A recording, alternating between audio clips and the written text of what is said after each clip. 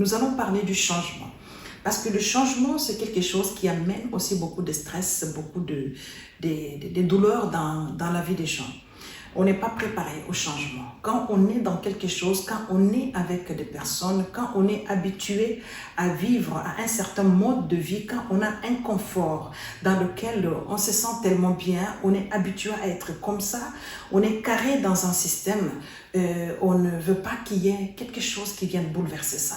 On veut rester là parce qu'on prend son plaisir à être cette personne-là, à parler comme ça, à vivre comme ça, à agir, à interagir comme ça et à voir des personnes qu'on est habitué à voir et à posséder ce qu'on a. Mais est-il que la vie telle que nous disons, nous sommes en train d'avancer, plus on fait son chemin, il peut arriver que les changements s'imposent.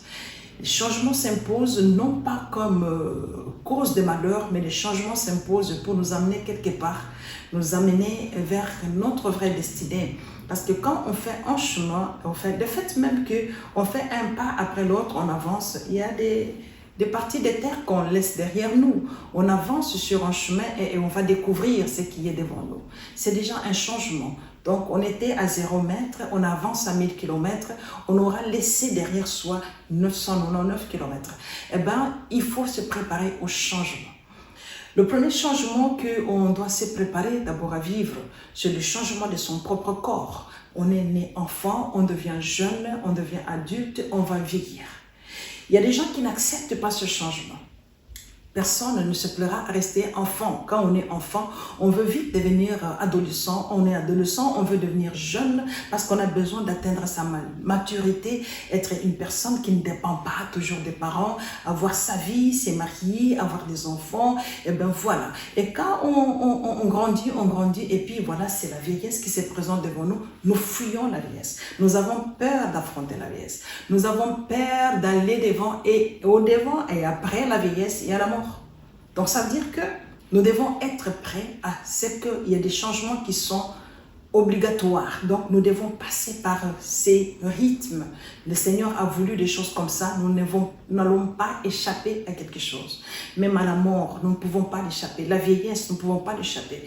Nous devons être prêts à embrasser tout changement avec enthousiasme, avec joie, mais seulement il faut se préparer au changement. C'est comme Jésus-Christ a dit à ses disciples qu'après moi, voici, il y aura ceci, on va vous lapider, on va vous haïr, vous allez être tourmentés dans ce monde. Mais il leur dit que je vous donne ma paix, je vous donne la paix, je vous laisse ma paix. Et que votre cœur ne se trouble point, ne s'alarme pas. Croyez en moi et croyez en Dieu. Et après, il leur dit, je vous dis ces choses, je vous ai dit ces choses pour que quand elles arriveront, vous ne soyez pas troublés. Eh bien, il y a des choses, nous avons été avisés. Nous savons qu'un jour, nous allons quitter ce monde. Nous ne devons pas vivre dans la crainte. Il y a des gens qui vivent dans la peur de la mort. On craint la mort. Il n'y a personne qui peut embrasser la mort si facilement comme ça vient, ok, ça me prend, ok, on y va. Nous avons peur de la mort parce que nous allons vers l'inconnu. Il n'y a personne qui se plaît à aller, bien qu'on dit que l'inconnu ne tue pas. Mais du moins, quand on va dans... Ce n'est pas parce qu'on m'a raconté, parce qu'on m'a dit que je dois croire. Il y a des choses qu'il faut entrer, il faut se retrouver là-dedans pour dire que, oh mon Dieu, c'est comme ça. Mais malheureusement, quand on est de l'autre côté de la mer, on ne pourra plus rentrer ici. Donc, nous allons nous retrouver dans une réalité que Dieu a préparée, que nous ne savons pas sonder réellement. Il n'y a personne qui peut nous expliquer aujourd'hui avec certitude, avec exactitude, ce qui se passe au-delà de cette vie. Mais du moins, nous devons être prêts à tout changement. Le changement peut toucher beaucoup de domaines de notre vie. Nous avons des enfants, nous faisons grandir nos enfants. Un jour, l'enfant peut grandir, va grandir, certainement et sûrement. Et un jour, l'enfant doit quitter la maison pour partir. C'est un changement auquel nous devons nous préparer. Nous devons nous préparer à ce qu'un jour, qui est autour de nous, les gens qui nous ont aimés, qu'un jour tu te réveilles un bon matin, tu sens qu'il n'y a que de la haine autour de toi. Tu dois te préparer au changement. Prépare-toi un jour que tu te retrouves seul sans que tu saches pourquoi tu es seul. Alors que tu étais habitué à vivre dans une communauté. Alors que tu appartenais dans une grande famille. Et tu te retrouves un jour seul. À l'instar de Joseph, un jour à cause de la jalousie. Parce que tout simplement, il avait une destinée qu'il ne pouvait pas encore comprendre ce jour-là. Il s'est retrouvé seul abandonné de tous, haï de tous, vendu même, jeté, il s'est retrouvé prisonnier. C'est un changement qui s'est opéré. Nous devons nous attendre dans ce monde ici, tel que nous vivons, nous attendre à tout. Non, s'attendre, ça ne veut pas dire que tu appelles les choses. Donc nous devons être un cœur blindé, un cœur qui s'est préparé à tout ce qui peut arriver. Si le bon Dieu permet que ceci m'arrive, eh ben, je vais vivre avec ça. Je vais accepter, je vais transcender, je vais me battre, je vais vaincre, et je vais me retrouver. Ce qui est important, ce que je vais me retrouver au-delà de chaque montagne qui se présentera devant moi. Une barrière, un mur peut se dresser devant moi, ok, je me prépare. Que si jamais un jour un mur s'est dressé devant moi, ok, je vais essayer de le bousculer. Et si jamais je vais l'escalader, et l'objectif est que je me retrouve de l'autre côté. Mais ce mur qui se retrouvera devant moi aura un but. Et le but, ça sera peut-être de me fortifier et de me rendre aussi capable d'apprendre à grimper le mur pour me retrouver de l'autre côté. Il n'y a aucun chemin, aucune barrière qui se trouve devant toi que tu ne peux pas vaincre. Quand il y a une barrière, il y a quelque chose que le Seigneur te demande de faire. Il y a une dimension dans laquelle le Seigneur veut t'élever. Il veut t'amener à connaître, à savoir te battre, à t'exercer à la bataille, exercer tes doigts à la bataille et exercer tes mains au combat. Donc, tu dois être préparé à tout ce qui peut arriver dans la vie. Te préparer, comme je l'ai dit, ça ne veut pas dire appeler les choses. Mais si jamais ça arrivait, que rien ne t'écrase. Parce que tu es un champion, tu portes le gène d'un champion. Tu portes le gène d'un victorieux, d'un gagnant. Jésus-Christ a vaincu le diable. Il a vaincu le monde. Il a vaincu les hommes. Et tu as le même gène des vainqueurs en toi. Il n'y a rien qui peut te vaincre. La Bible nous dit qu'ils vous feront la guerre, mais ils ne vous vaincront pas. Et quel que soit l'aspect, quelle que soit la forme, quel que soit le niveau de l'ennemi ou bien des problèmes qui viennent, quelle que soit la force du flot de la mer qui avanceront vers toi, quelle que soit la forme, même la noirceur de l'ouragan qui se lèvera contre toi, eh bien, sois préparé. Parce que tu es armé de la puissance des gènes du Seigneur, les gènes d'un victorieux. Sache que la victoire t'appartient. C'est pourquoi il faut méditer la parole de Dieu. Il faut lire la parole de Dieu. L'arme que Dieu nous a donnée, c'est l'arme de la parole. C'est avec cette arme que nous nous battons. Les autres armes, ce sont des armes défensives. Mais l'arme de combat, c'est la parole de Dieu. C'est la parole qui est notre puissance. Quand tu connais la parole de Dieu, tu deviens invincible. Quel que soit le mal qui peut se lever contre toi, le pouvoir est dans ta bouche. La divinité, tu la fais sortir à partir des paroles qui sortent de ta bouche. Prépare-toi à toutes sortes de changements, à tout ce qui peut arriver autour de toi pour te déranger, pour te troubler. Mais Dieu t'a déjà donné la capacité de vivre avec, de transcender, de surmonter, de vaincre et de continuer ton chemin. On a des enfants, on fait grandir les enfants. Un jour, les enfants vont devenir majeurs. Ils viendront, ils te diront que non, je vais me marier. Et tu ne diras pas que non, je ne peux pas laisser les enfants partir parce que je vais me sentir seule. Il ne faut pas avoir peur de la solitude. Il faut te préparer à la solitude, aux changements qui vont t'amener à vivre ou bien à revivre même dans la solitude. Il faut laisser les oiseaux que tu as aidés à porter les ailes dès qu'ils ont pris leurs ailes et que ton travail, tu auras accompli ton travail comme il faut laisser l'oiseau s'envoler. Parce qu'un oiseau qui a des ailes, si tu le retiens, il va faire beaucoup de bruit, il ne se soumettra plus, il se battra, et puis ça va être de la pagaille. Eh bien, il faut être prêt. Un jour, je me rappelle, mon fils, mon fils aîné, il est trop maman. Eh bien, il était tellement accro à moi. Et quand il est devenu adolescent, je trouvais qu'il était trop stressé. Il déprimait, il pleurait beaucoup. Et maman, c'est comme s'il sentait que maman veut partir, maman veut quitter. Un jour, il vient, il se met à genoux devant moi, il me dit, maman, s'il te plaît, prie pour moi. Je lui dis, pourquoi tu es dans cet état? Il me dit que non, je sens qu'il y a quelque chose qui ne marche pas en moi. Je sens comme si mon corps veut grandir pendant que moi, je suis encore un enfant. Il y a quelque chose en moi qui est en train de grandir, mais moi, je veux rester un enfant. Moi, je ne veux pas grandir, maman. Et j'ai cherché à savoir pourquoi mon fils était dans cet état. Il avait la peur du changement. Il avait peur de devenir grand. Pour lui, devenir grand, ça veut dire se détacher de sa mère. Devenir grand, ce n'est plus avoir, qu'on lui accordera plus cette opportunité ou bien cette facilité encore de venir se jeter dans les bras de sa mère, de venir se coucher dans le lit de sa maman, d'embrasser sa mère comme il le voulait à tout moment. Eh bien, pour lui, on était en train de m'arracher, on était en train de me faire sortir de mon confort. Et je ne le veux pas, maman, je veux rester un enfant. J'ai expliqué à mon fils, je dis que c'est ça le vrai processus de la vie de l'homme. C'est ça la vie de l'homme. Tu dois grandir. Et tout ce que tu dois savoir que ce qui se passe là dans sa vie, c'est une bénédiction que te donne. Tu dois être l'homme que tu es censé devenir en vivant cette transformation, ce changement. Accepte ce changement avec action de grâce. Reçois ça. Adhère à ce changement-là. Ne te sens pas menacé par le changement. Parce que moi, je suis là. Je reste la maman de mon fils. Même quand tu auras une barbe toute blanche, même quand tu auras une calvitie, même quand tu seras le mari d'une femme et que tu auras 5 enfants, tu seras grand-papa, tu viendras toujours te jeter dans mes bras. Ta place est là, est toujours là. Peut-être que tu seras plus grand que moi, comme aujourd'hui, il est plus grand que moi.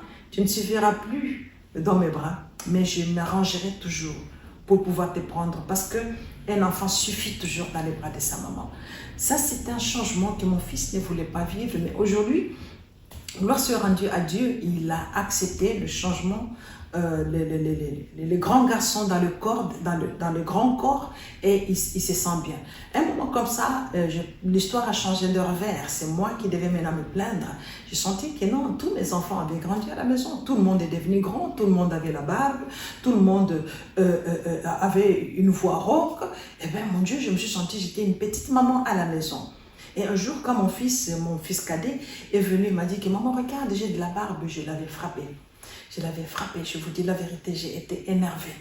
Je lui ai dit, moi je vais te couper ça avec le couteau. Et quand j'ai dit ça, c'est pourquoi? Parce que je me suis sentie menacée par cette barbe. Parce que je dis que c'est mon fils cadet, c'est mon bébé à moi. Comment se fait-il que je suis habituée à avoir un bébé? Comme ça, mon fils est devenu un homme qui commence à porter la barbe. Et surtout quand sa voix a commencé à devenir rauque, là, je ne voulais pas l'entendre. Et quand il m'appelle au téléphone, il faisait même exprès. Il le rendait encore rauque. Et je coupe le téléphone. Je dis, tu m'énerves, tu m'énerves. Pourquoi? Parce que je n'ai pas été prêt. Je ne me suis pas préparée à ce changement. J'ai fini par comprendre, à glorifier Dieu, que mon Dieu, il y a mes enfants qui ont grandi. Mais à un moment comme ça, j'étais stressée. Je commençais même à pleurer. Je disais que non, écoutez, vous partez toujours, vous avez vos amis dehors, vous avez des choses à faire. Je sens qu'on a cette maison ici, je ne suis plus une maman, je n'ai que des grandes personnes, vous réfléchissez, vous avez vos histoires à faire. Eh bien, je sens qu'on m'a volé quelque chose, on m'a volé ma vie. On m'a fait sortir de mon confort. C'est inconfortable maintenant la vie dans cette maison. Et là, c'est mon fils, c'est lui qui pleurait là, qui revient maintenant pour me dire, maman, il faut accepter le changement. C'est par là que j'ai trouvé ce terme d'accepter le changement. Il dit, tu vois, les enfants que nous étions hier, nous ne le redeviendrons plus jamais. Donc ça, c'est une histoire, c'est quelque chose que nous avons laissé derrière nous. Les hommes et les femmes que nous sommes devenus aujourd'hui, c'est ton travail. Il n'y a personne qui t'a arraché tes enfants. Nous sommes tes enfants. Et nous te sommes reconnaissantes que tout ce que nous sommes devenus, c'est ton travail. C'est toi qui l'as fait. Et où que ce soit que nous allions, nous partirons à reculons.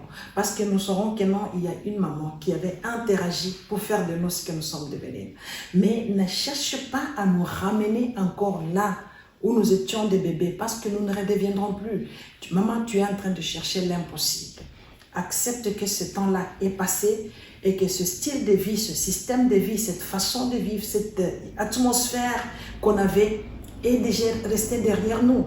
Nous sommes là, nous devons nous rechercher parce que nous devons te rendre ce que nous te devons.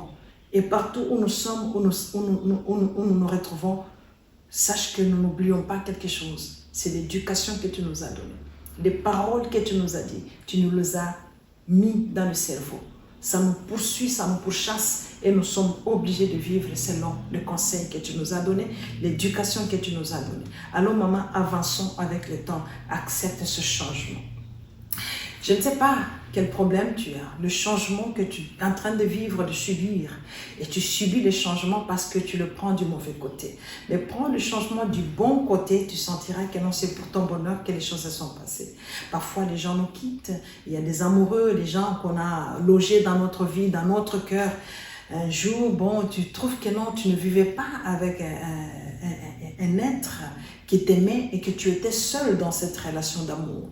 Et du coup, la personne part, tourne le dos, elle part. Glorifie le Seigneur, loue Dieu pour ça. Quand quelque chose arrive et que tu trouves que non, tu n'es pas responsable de ça et que tu ne peux pas changer la chose, laisse les choses telles qu'elles sont, accepte ce changement. C'est pour ton bien, c'est pour ton intérêt. Glorifie le Seigneur. C'est pas par quel changement tu es en train de passer. C'est la ménopause, les douleurs, les sens que je commence à porter des rides, que je me regarde dans le miroir, je me sens plus jeune. Chaque âge a sa beauté. Chaque âge a son charme. La vieillesse, c'est un état d'esprit. Tu es vieux quand tu commences à te proclamer vieux et quand tu commences à te croire vieux.